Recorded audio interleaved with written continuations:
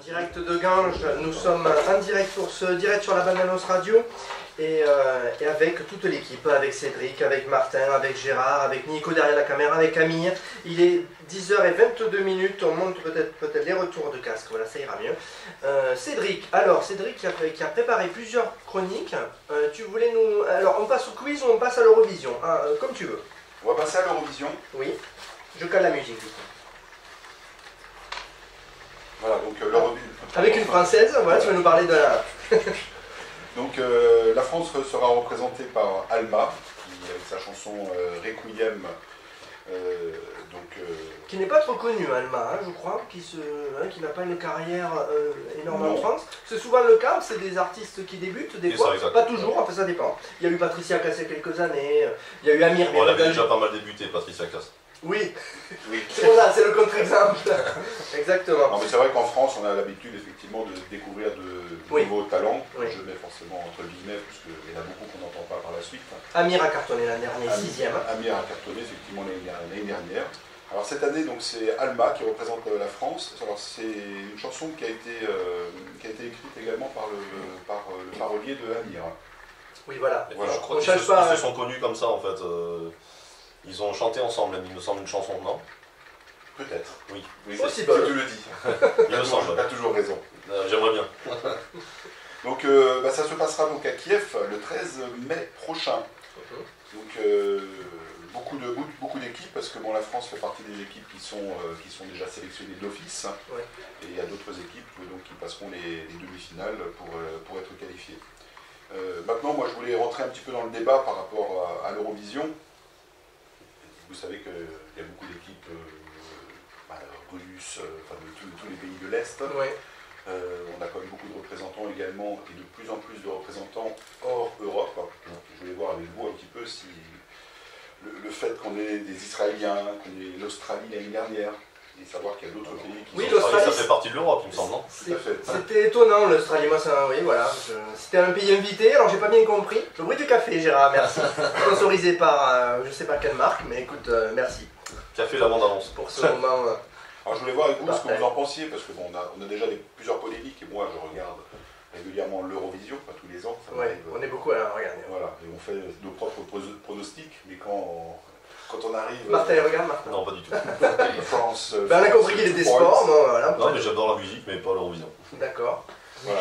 C'est un style particulier, ça plaît ou ça plaît pas, ça c'est sûr. Ouais. Voilà, mais c'est le moment de détente en famille. Oui. Moi je le prends comme ça. Il y en a beaucoup qui rigolent sur les tenues, la mise en scène, c'est un gros spectacle. C'est un gros spectacle parce qu'il faut savoir qu'il y en a pour plus de 40 millions d'euros quand même. Ah oui. Et financé en grosse partie par le pays organisateur. Donc l'année dernière c'était les Ukrainiens qui ont gagné, donc c'est eux qui doivent organiser. Il y a eu des grosses polémiques parce qu'il y a plusieurs villes qui étaient qui étaient candidates pour présenter cette Eurovision cette année. Et Kiev a été donc choisi, mais beaucoup de démissions dans le comité organisateur. Donc ça a été, on a failli changer de pays parce que ça n'allait pas forcément de leur côté. Ah oui, carrément. Rappelez-vous, ABBA. Le groupe L'Eurovision. Le groupe ABBA. Le groupe ABBA. Ben oui, Si. ils ont gagné l'Eurovision, oui, tout à fait. Avec les chansons A. ABBA. C'est une blague ou c'est vrai? La chanson c'est A. vrai. C'est vrai. Je me rappelle plus la chanson. Staying Alive? Non, c'est Non. Tu la connais ou pas? C'est une question ou c'est... La chanson, oui, je la connais, mais le titre ne me vient pas de suite. C'est pour ça que je vous demandais... La question c'était est-ce que tu connais le titre? Non, c'est ils en ont fait d'autres, mais... Je vais chercher. Ah. Nous avons un accès internet, n'oublions pas. Oui. Ah oui. Voilà, donc moi j'aime bien écouter les chansons qui passent, voir le spectacle. Par contre, au moment où on commence à donner les notes avec les autres pays... C'est un peu long, hein. C'est long, mais en même temps, je trouve qu'il y a tellement de collaboration, tellement de fraternité entre certains pays, qu'on arrive à deviner les notes, même avant que le pays donne les siennes.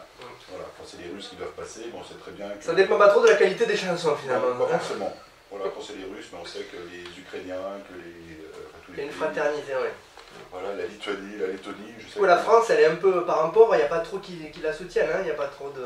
Moi, pour Amir, l'an dernier, on a quand même été 6ème, donc ça prouve que quand même, c'est une chanson qui est valable. Ça prouve qu'il est bien soutenu. La France a gagné quand même, Marie-Myriam, l'oiseau et l'enfant. Oui, il y a quelques années de ça. Dans les années 60, 80 Même avant, je crois.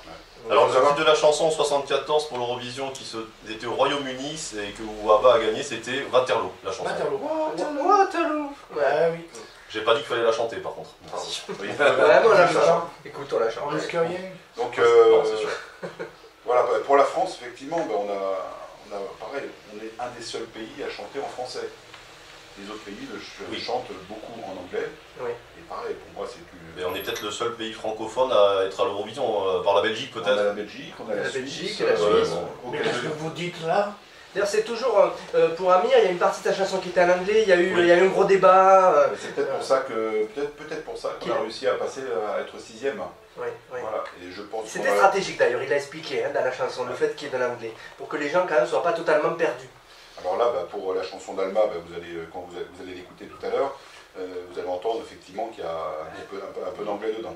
Oui. Voilà. Bon, il faut savoir que c'est une très grosse organisation. Hein. Il y a une salle, il y a plus de 10 000 personnes. C'est un gros concours, il y a plus de 1500 journalistes qui sont sur place. Donc la ville doit pouvoir accueillir effectivement tous les journalistes, tous les chanteurs, tout leur entourage. Donc tout est réservé. Les hôtels, les transports doivent être impeccables pour aller de tout le centre hôtelier. C'est les mini-Jeux Olympiques. Oui, quoi. c'est ce que j'allais dire, c'est les énorme. JO de la chanson en fait, hein, c'est un peu ça. C'est énorme. Mais bon, voilà, moi j'ai toujours cette polémique-là. Au moment où il y a les notes qui sont données, il y a un moment où je peux les appeler parce que ça me gonfle de savoir que, voilà, que les notes vont être. Certains pays vont être privilégiés et pas d'autres par rapport à. Tu reviens pour le résultat quand même. Je regarde le résultat. Voilà. Très bien. Donc on a souvent entendu la France ne veut pas gagner parce que c'est cher justement, ça demande de l'organisation. Est-ce que quelques pays font pas exprès finalement de ne pas gagner pour pas avoir le privilège entre guillemets qui ne l'est pas pour eux d'organiser? Parce que c'est lourd. C'est très lourd. Comme je vous disais tout à l'heure, entre 30-40 millions d'euros d'organisation. Maintenant, il faut savoir que c'est la ville qui organise, donc le pays qui donne certainement des subventions. Maintenant, il y a des droits télé qui sont énormes. Oui. C'est retransmis dans plus de 200 pays, je crois. Au-delà même des pays participants, hein, j'imagine. On arrive à plus de 2000 milliards de personnes qui regardent quand même l'Eurovision. Donc on est sur des sommes publicitaires énormes, sur des droits télé qui sont énormes. Donc derrière, il y a moyen de ramener de l'argent quand même. Donc la France ne veut pas organiser, on est quand même un pays où il y a de l'argent, peut-être un peu caché par certains. Ah bon, tous. Donc voilà, donc il y a moyen de faire. Je pensais à Gérard. Donc voilà, donc il y a moyen d'organiser. Est-ce Sous le matelas. qu'on l'écoute ou tu nous donnes ton avis un peu sur la chanson? On l'écoute peut-être d'abord la chanson? On écoute la chanson d'abord. Et après on en parlera. Allez, on y va. C'est passé. Je sais, c'est un mono.